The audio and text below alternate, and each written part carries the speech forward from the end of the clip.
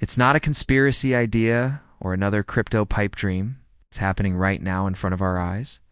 Jerome Powell, the head of the United States Federal Reserve, verified what Ripple supporters had long thought in a secret briefing that was recently made public.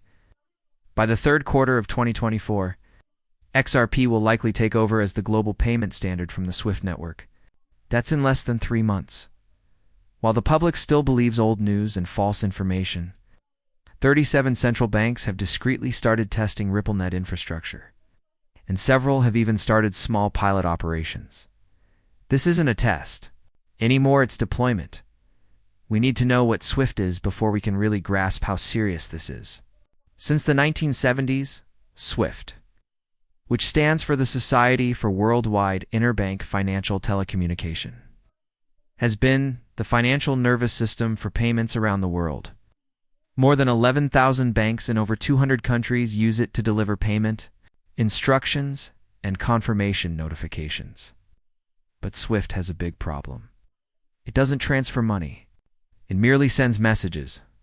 This can take days, cost a lot of money. That'd be hard to see because it often involves numerous correspondent banks and middlemen to settle a single transaction. SWIFT is an old dinosaur in a world that moves at the speed of light thanks to blockchain and fast settlement. Ripple comes in. RippleNet is Ripple's enterprise blockchain solution. It lets you settle transactions in real time, see what's going on, and utilize XRP as a bridge asset. It gets rid of nostro accounts, which cost banks billions of dollars. RippleNet lets banks send money directly and instantly from one part of the world to another, cutting fees by more than 90% and transaction times from days to seconds. That's not simply an edge over the competition. It's a whole new way of doing things. There's more than just speculation about RippleNet working with the US Fed's real-time payment system.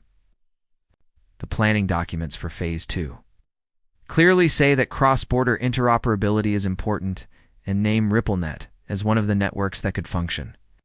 Ripple has also been a part of several advisory committees and worked directly with the U.S. Treasury and other regulatory bodies to set standards for digital payment infrastructure. It's not an issue of whether Ripple will be utilized anymore, it's how soon. RippleNet is already taking over across all of Southeast Asia.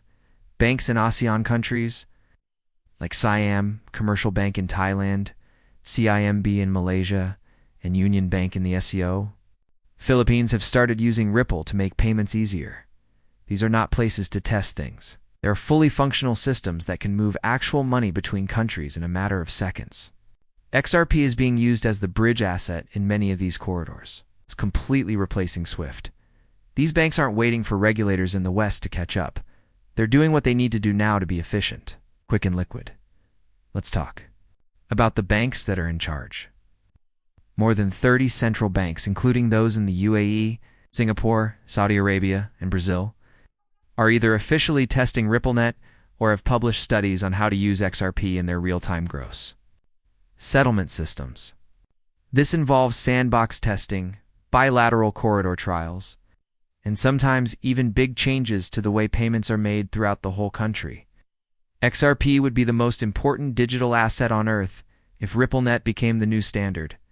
Governments and businesses utilize it every day to shift billions.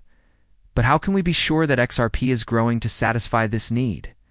Just look how the Ripple escrow burns. To help with liquidity needs, Ripple releases 1 billion XRP from escrow every month. In the past, a lot of this XRP has gone back to escrow without being spent, but these days, more and more of it is staying in circulation. This means that Ripple is giving additional XRP to banks, institutions, and liquidity providers to help with real-world use cases. This is an on-chain signal that XRP is getting ready to handle a lot of volume, and yes, that loudness is coming from SWIFT.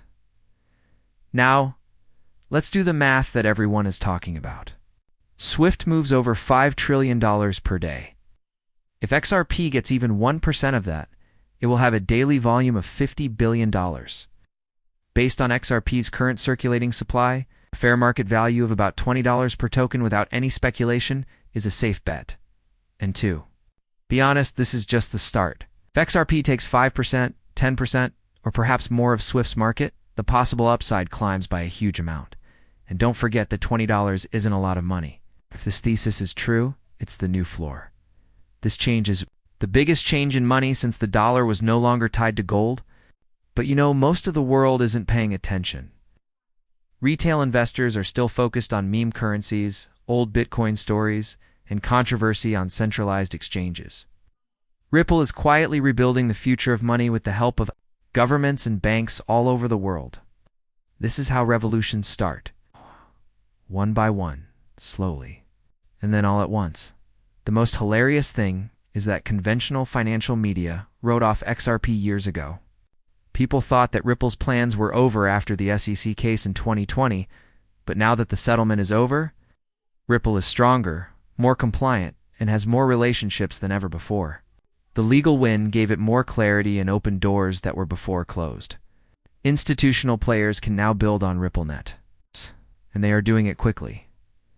RippleNet is even mentioned in IMF documents, BIS reports, and World Bank white papers as a next-generation payment rail.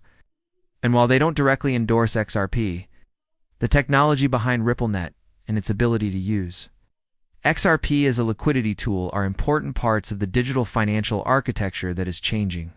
People all over the world are quietly but surely coming together on this. What happens next? The next 90 days, we anticipate to see even more acceleration. With more institutions openly declaring collaborations with Ripple, more central banks, moving from testing to implementation, and perhaps market shocks when significant payment corridors switch from SWIFT to blockchain rails. Don't believe it's too late to become involved. The change is just starting. XRP is still below its pre-lawsuit high, but its foundations have never been better. You can't ignore the momentum driving Ripple's adoption, even if you don't own XRP. This isn't just another narrative about an altcoin. This is about the infrastructure. It's about the tracks that move goods around the world. It's about getting rid of an old system and putting in place one that works in the digital age. And whether you like it or not, XRP is at the heart of that movement. If you want to invest, keep an eye on the news from Asia and the Middle East, the institutional activity, and the data on the blockchain. You don't believe it? Think about this. Why are so many central banks working with Ripple? Why does Ripple appear as a partner on so many advisory and regulatory committees? And why is XRP a cryptocurrency that has been called not a security, enjoying a huge increase in liquidity and rapid growth? We are seeing history happen right now. The loss of SWIFT's dominance is not the end. It's the start of a new financial age. A time when transactions can be completed in seconds, fees are low, liquidity is always available. And blockchain makes financial inclusion possible across borders. XRP isn't just a part of that future.